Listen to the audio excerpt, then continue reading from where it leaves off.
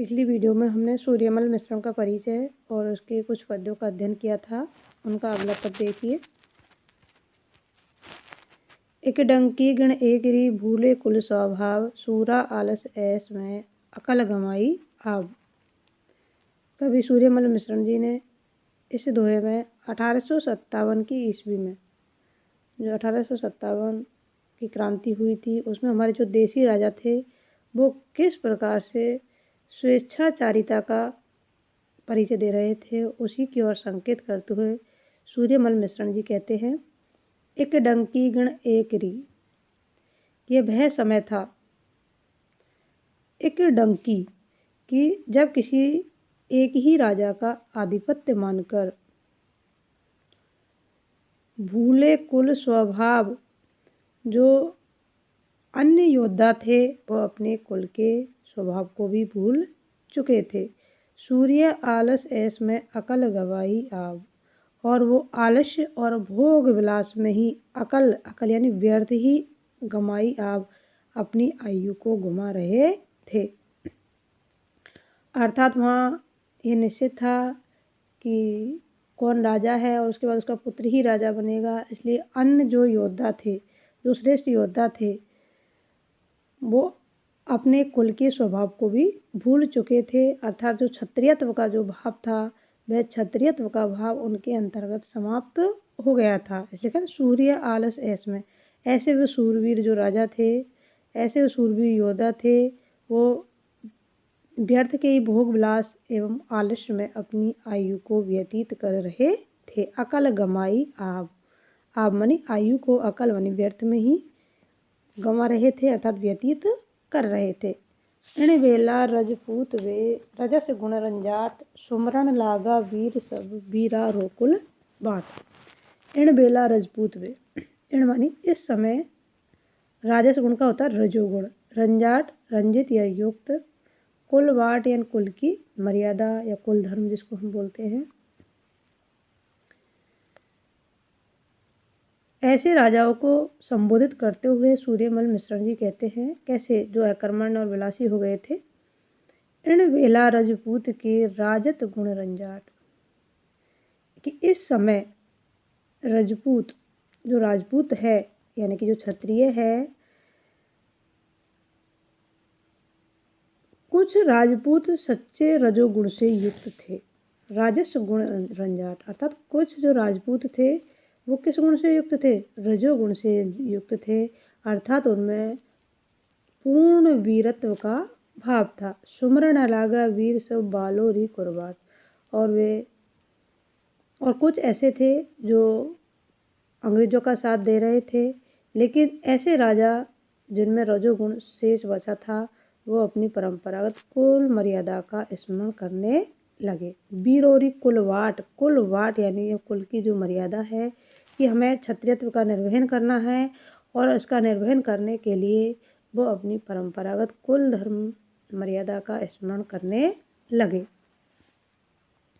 सतसई दोहा मई मिश्रण सूरजमल, जफई भणखाणी जणी सूणे कायरा साल।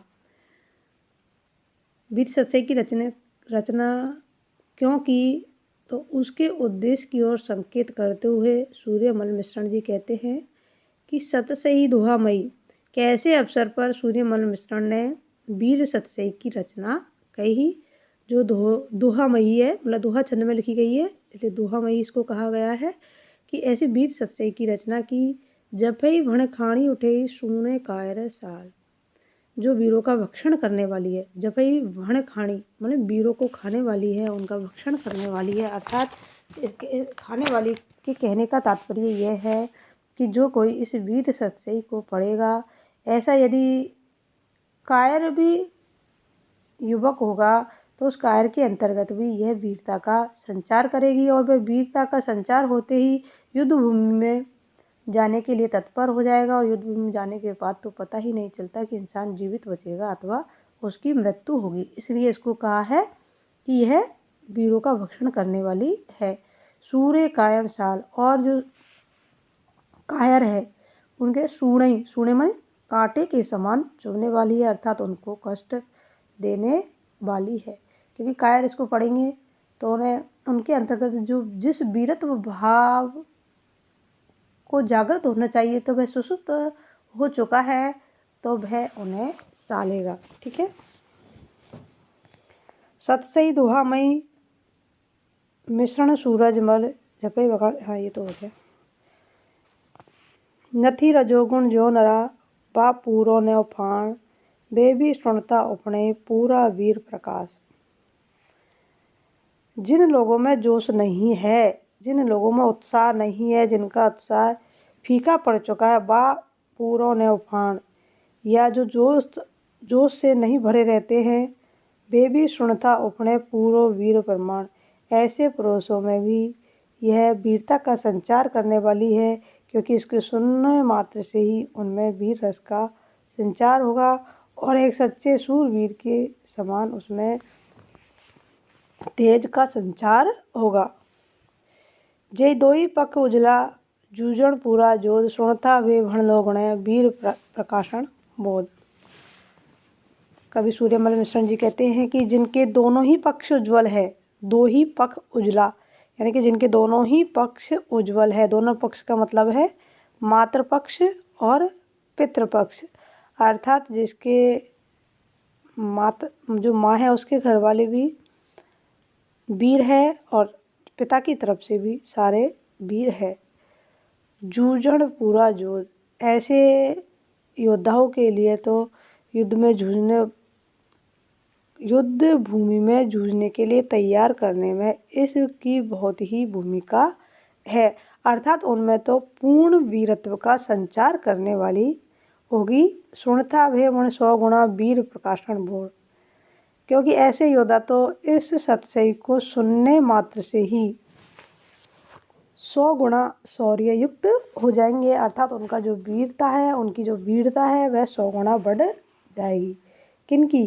जिनके दोनों ही पक्ष उज्ज्वल है, अर्थात जिनका मातृ और पितृ दोनों ही पक्ष उज्ज्वल है, तो ऐसे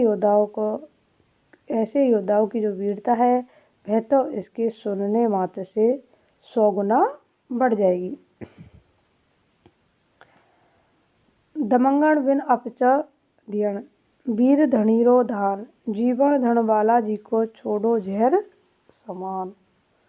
दमंगण बिन अपचो दियण, कवि सूर्यमल मिश्रण जी कहते हैं कि वीर स्वामी के द्वारा, वीर धरीरो धान, कि वीर स्वामी के द्वारा जीवन निर्वहन के लिए दिया गया अन्न, धान का मतलब अन्न, अर्थात हम जिस राजा के आश्रय में रहते हैं और वह राजा यदि वीर है और उसके अन्न से हमारा पालन पोषण हो रहा है, तो उसके द्वारा दिया गया जो अन्न है, दमंगण में अपचरण दिया, वह युद्ध के बिना पचता नहीं है। जीवन धन बाला जी को छोड़ो जहर समान, और जिन्हें जीवन और धन, और जिन्हें मतलब जीवन और अपनी स्त्रियों से प्रेम है, वे तो उसे छोड़ो जहर समान, उस अन्न को जहर के समान समझकर छोड़ देना चाहिए। इन पंक्तियों के अंदर सूर्यमल मिश्रण जी ये कहना चाहते हैं कि ऐसे योद्धा, कैसे योद्धा, जिनका जो राजा है वह बहुत ही वीर है, तेजस्वी है, तो और हम उनके आश्रय में रह रहे हैं और उनके द्वारा दिए गए अन्न से अपना पालन पोषण कर रहे हैं, तो वह अन्न हमें पचता नहीं है। वह कब पचेगा? जब हम भी उसी राजा के समान वीर, तेजस्वी और साहसी बने।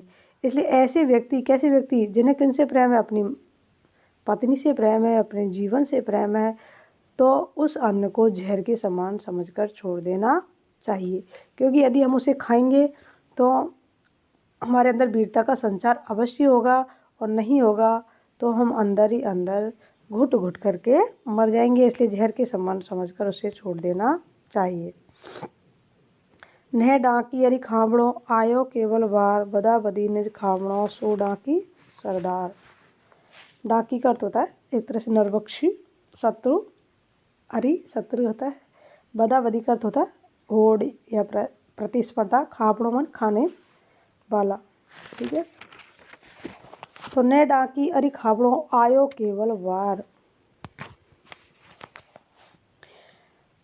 कभी कहते हैं कि वह पराक्रमी या वीर नहीं है जो केवल अवसर आने पर ही शत्रु का संहार करता है, लेकिन वही वीर है जो वीरता का प्रदर्शन करने में अपने ही लोगों से प्रतिस्पर्धा रखता हो, बलिदान हो जाता हो।